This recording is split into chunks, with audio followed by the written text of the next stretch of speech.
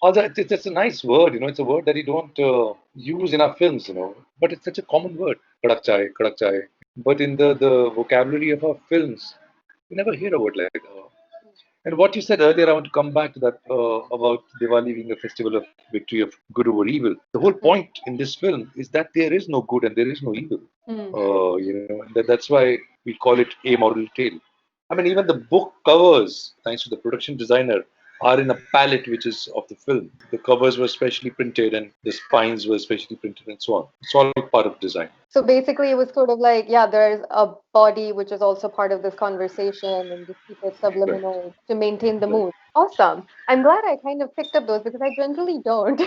Yeah. I generally am like, you oh, I think, oh, very nice touch. you watched the film carefully, I must say. But how does one gauge how many screens does a film essentially get? Is there test screening done to gauge responses? Unfortunately, no. Okay. Unfortunately, not. Unfortunately, it's not even about the budget. It only boils down to who's acting in your film. We want to go to a cinema hall only to watch a big budget action film and come out of it and say, "Yeah, kya bakwas picture hai." But we'll go, Yeah. And when there's something like "Aankhon Dekhi" comes, "हाँ यार, आ जाएगा YouTube पे आ जाएगा देख लेंगे." Hello, Rajat sir. How are you? Very well, Nidhi. How are you? I'm good too. Thank you so much for coming onto this platform for an interview. So I actually want to tell you something. This is not our first interaction. We met about, I think, in 2013 or 14 in Delhi. This was for a screening for Aankhon Dekhi at PVR. Okay. And yeah, after the screening, everyone got together for like an audience interaction and stuff. And I remember congratulating you for the film. And the only thing you said was, "Thank you so much. Please share it with your friends as well." And I was like, "That's of course I will." Yeah, because it must have been 2014. That's when the film was released. Huh. And every time when the film is released, your heart breaks because you don't get the shows that people will know of. You don't get publicity. It's actually the moment to celebrate. You go into depression. Actually, bizarre. We'll get to that. I do have a few questions about that, but I kind of want to begin with Kadakh, which was your last release. After watching it, I too had a lot of questions, and B, my first reaction was, "Ari, I want to write about it." And I started writing about it. I jotted down my pointers, and I was like, you know what? No, I have so many things that I want to discuss. I don't want to analyze it myself, which is why I was like, let me just give you a call and speak to the person who made it. Sure, but it would be good to read what you write about the film. It would be interesting anyway. I will. I'll do that after the interview then. Yeah. Okay. I want to begin with Kadak, the term itself, and I'm gonna try and not give away too many spoilers for people who haven't seen it yet. But I think it's mentioned once in the film, and that kind of got me thinking as to why Kadak, like why that term. Because I thought it should be a Kadakh film. Although it's a nice word, it's a word that you don't use in our films, but it's such a common word, Kadak chai, Kadak chai. It's Hmm. so common in our lives, but in the vocabulary of our films, you never hear a word like that. Hmm. And of course, in the context of the film, it means Hmm. something different. So that's nice. That makes sense, and you're right. There are so many terms that we use in a general lingo, but you don't really hear it in films. Like Exactly. if you hear it, it becomes something completely odd. Exactly. Yeah. Yeah. Yeah. I think the way we talk and the way we interact on streets or at home, we don't Hmm. have that kind of conversation in our films. Our film dialogues are so stilted and unreal. And I'll tell you something, Nidhi, I feel this very strongly because it also affects the performance. If an Hmm. actor is given a line which sounds real, Hmm. it automatically starts affecting his performance. It starts showing in his performance. आपको Hmm. लगता है यार कितना अच्छा बोल रहा है लेकिन Ah. maybe the truth is that lines are well written. And on the other hand, if even to a very good actor you give a line which is not credible in the first place. So no matter how hard he tries to say it, it would never sound real, because Right. it's convoluted, and you Right. don't speak like that in life. So you don't believe it when somebody says it on screen. You're right, and this is something I've been noticing a lot. Most of the dialogues have become so heavy and poetic, and I'm like, it sounds great, like it's so deep and meaningful. But then the flip side is, ऐसे कौन बात करता है यार? Yeah. Well, I get. you can. It depends on what you're making also. I mean, there can be a film which is poetic in its soul, in that sense, Hmm. in which you have that license, of flowery language, for example. But my problem is not with the flowery language or with poetics of it, but my problem is with badly written lines. When it's Hmm. trying to replicate life and then you're saying stupid things like, लेकिन आप क्यों टिप्पणी कर रहे हैं इसके ऊपर? अरे ऐसा कोई नहीं बोलता भाई. I understand. I agree with you. So coming back to Karak, this is something that I don't know if I'm overanalyzing the film, but it all takes place on a day, which is Diwali. Now, again, when I was overanalyzing it, I was like, okay, maybe there's a significance to it because Diwali is, good over evil, knowledge over ignorance. Then you have this setting of dysfunctional friends coming together, celebrating Diwali, and there is a dhamaka of sorts which has happened. And Well this put, well put. Thank you, thank you. I don't know if I'm overanalyzing it, but I don't want to get too much into my analysis. I want to hear your side of the story. Is Diwali significant as the setting? Well, it's significant because it gives an excuse for a party. What you call over-analyzing, we try and find meanings in things, and especially in films, I feel one can't look for a meaning which is one to one. It can't be okay. This is the signifier. This is what it means. It can't be that. It has to be meaning is generated through many things and not a single thing or not a single meaning either. So, what is a meaning that is generated at the end of it all through all the elements of cinema that you've put together? I think that is important. Even more important than that meaning is the emotion that it generates. Hmm. Because what a film does is it takes you on a journey. Sometimes they shake you from your place of comfort. Sometimes they comfort you in your existence Hmm. in a weird way. I think that's what art does. That's what Hmm. art should do, whether it's a book or a piece of music or a Hmm. film. That's actually a really good point that you mentioned just in the beginning that it should take you to a place where you kind of see your own life and see how it sort of transpires. When the story was developing and you see everyone coming together, my first thought was, "Arey, it's so much fun! Like, I want to be invited to this party." And then Yeah, unraveling, you're like, "Yeah, everyone is as dysfunctional as right. me." And yeah, that was the attempt. And what you said earlier, I want to come back to that about Diwali being a festival of victory of good over evil. The whole Mm, point in this film is that there is no good and there is no evil. mm, That's why we call it a moral tale. It's beyond, in a way, beyond morality. And everybody is very, very great. And they're all nice people. Maybe I want to emphasize that. For me, I like mm. these people. Yeah, They're my friends. And yeah. then they suffer and they try and make sense of their lives, try and make sense of their circumstances. And they try and be good also. You Mm. know. And maybe they fail. I mean, everyone has their demons at the end of the day, and I think that is what also is being portrayed, that not everyone is black or white. Exactly. Nobody's black or white. So I want to bring back to Uh-huh. Kalki's character. I absolutely loved watching her because she's an outsider, right? And in a way, I felt like that was the way the audience was also viewing all of these people. She's walking into a new environment where all of these friends are, they're so close to Right. each other, and she's the odd one out. And sometimes as a third person, you see things more clearly as opposed to when you're inside thick of things. Right. So there was something I did notice is the minute she walks in, Nupur Asthana's character, there's a slight snippet of Parul kind of looking across the room and maybe with a slight judgment, and ये then तो जूते पहन के later, अंदर आ गई. hey? ये तो जूते पहन के अंदर आ गई. Exactly. अंदर आ गई. And then to the end, Paru and Joshi were together in the car. Again, I don't know if I'm overanalyzing, but I was like, maybe they have an angle here as well. They're gonna get together. Something is Yes, going that was the intention. That on. was the intention, yeah. That she can't stand him. She thinks he's making fun of her, and I'm a single mother, and how dare you judge me, and then so on. And then that they are going back together in the end is a kind of a culmination of one story. I feel like she kind of has a soft corner for him. I feel like there will be something romantic between Correct, them in this. correct, correct. Okay. Correct. Okay. So Because that. even earlier, when Joshi has just come in and Mm, these women are changing into their saris and all that, she's saying, "What's wrong with this Joshi? Can you believe it? He just got divorced and he's been kiki kaka all the time. उसकी mm. शक्ल देख के लगता है उसका divorce हुआ अभी." So she's already pissed with him. So there were some subliminal messages that I noticed towards the second half. One of them that I noticed was when they're playing Tash by the table, and there is obviously a mental conversation going on between Sunil and the husband's spirit. So and the camera then suddenly just pans to Chaya and Sunil, them having a conversation plus a mental conversation, and there's a book behind them that says the body. Body. Was that intentional? Everything is intentional. Okay. Nothing happens in a film by chance. I mean, it can happen by chance, but the fact that you notice it and then you keep it and then you Yeah. keep it in the edit. So then the chances has become part of.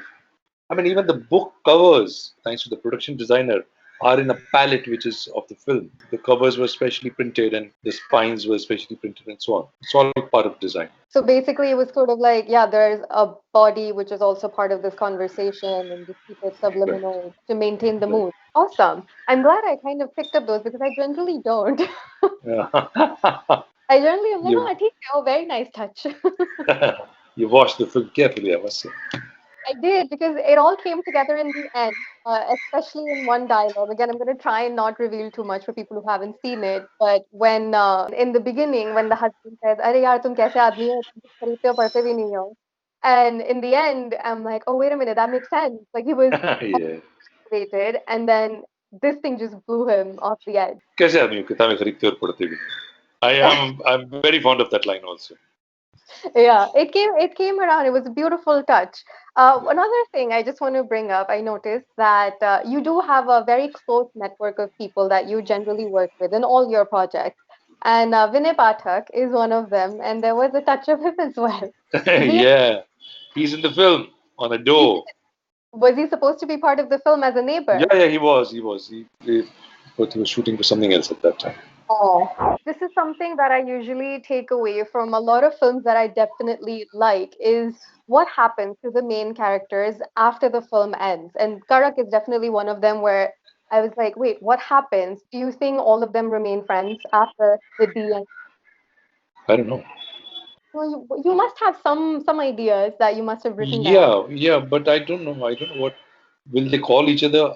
They will, but after how long? Will Yogesh call him after 3 weeks? I say, "Kya bhi, theek hai?